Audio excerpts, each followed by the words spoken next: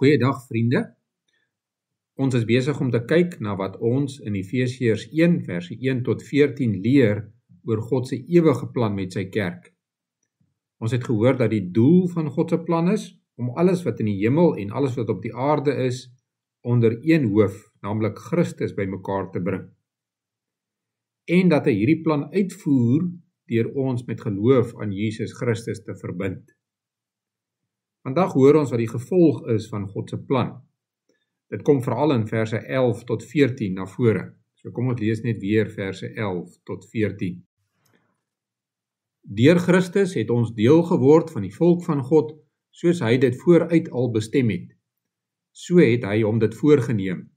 Hy wat alles laat gebeur volgens sy raadsbesluit. Daarom moet ons, die eerstes wat ons hoop op Christus gestel het, die grootheid van God prys. Deur Christus het ook julle deel geword van die volk van God, toe julle die waarheid wat aan julle verkondig is, die evangelie van julle verlossing, gehoor en tot geloof gekom het. In Christus het die Heilige Gees wat deur God beloof is, julle as die eiendom van God beseël. Die Heilige Gees is die waarborg dat ons ook verder sal ontvang wat God beloof het, wanneer hy almal wat aan hom behoort, volkome sal verlos. Daarom moet ons sy grootheid prys. In verse 11 en 13 sê Paulus dat gelowiges deel geword het van God se volk. Wie is hierdie volk en wat word daarmee bedoel? In die Ou Testament was God se volk, die Israeliete. God het homself op 'n duidelike wyse aan hulle openbaar, hom aan hulle bekend gemaak. En hy het hulle geroep om hom bekend te maak aan die heidense volke rondom hulle. In Jesaja 49 vers 6 sê die Here vir Israel: Ek maak jou 'n lig vir die nasies, sodat die redding wat ek bewerk, die uithoeke van die aarde sal bereik. Die verhale van Jona en Daniël maak dit ook baie duidelik dat God Israel geroep het om sy getuie te wees teenoor die heidene nasies. Tot 'n groot mate het die Israeliete in hulle roeping geval, omdat hulle God vir hulle self wou toeëien.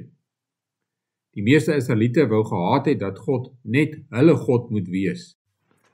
Jona sê self dat dit die rede was hoekom hy oorspronklik nie Ninive toe wou gaan nie. Luister wat sê Jona in Jona 4 vers 2. Ag Here, ek het dit geweet toe ek nog in my land was. Daarom het ek reg in die begin na Tarsis toe gevlug. Ek het geweet, U is 'n genadige en barmhartige God, lankmoedig en vol liefde. U sien maklik af van die straf wat U aangekondig het. Jona kon nie die gedagte dat God hom oor Ninive ontferm verduur nie. Hierdie gesindheid van Jona was die gesindheid van die meeste Israeliete. Hulle het gedink dat God se genade en liefde net vir hulle bedoel is.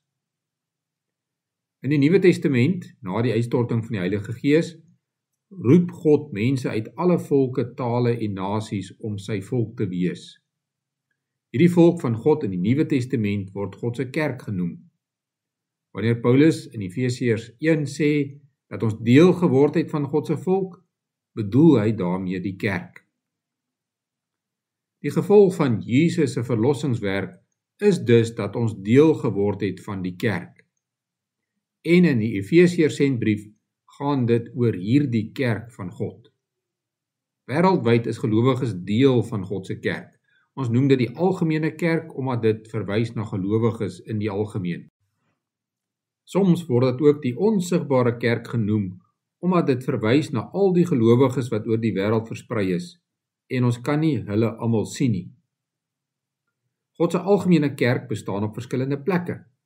Daarom is ware gelowiges ook deel van 'n plaaslike kerk. Hierdie plaaslike kerk word ook die sigbare kerk genoem.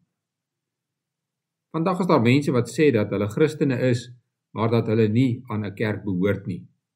Volgens hulle kan hulle by die huis die Bybel lees en bid. Efesiërs 1 sê egter duidelik dat gelowiges deel geword het van God se kerk. Daarom moet elke Christen 'n lidmaat van 'n plaaslike kerk wees. Dit is die gevolg van God se ewige plan met sy kerk.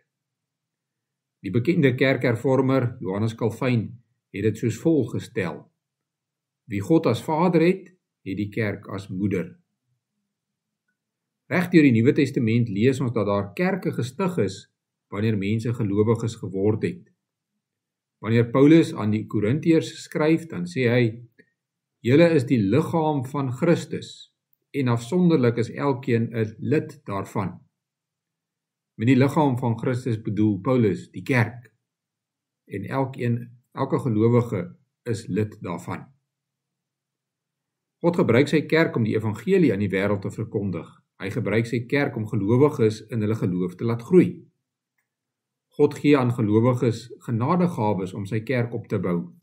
Later in die Efesiërs sendbrief gaan ons hierna terugkom. God het dus elke gelowige deel gemaak van sy volk, van sy kerk.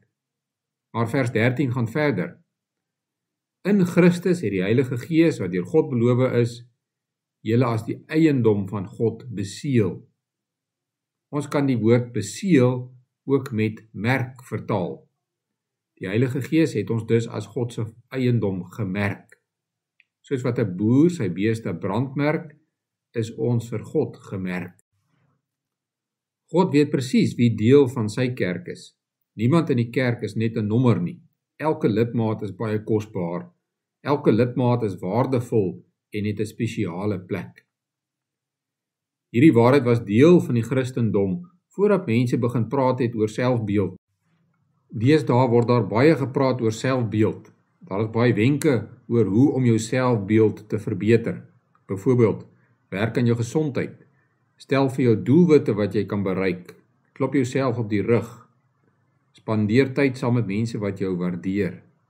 Doen dinge wat vir jou lekker is. Hierdie wenke kan seker werk, maar dit is niks in vergelyking met Efesiërs 1 nie. Efesiërs 1 sê dat elke gelowige spesiaal is in die oë van God, wat die hele heelal gemaak het. Sy hart word warm wanneer hy na jou kyk. Hy was bereid om alles te gee om jou te red, sodat jy as sy eiendom gemerk kan word.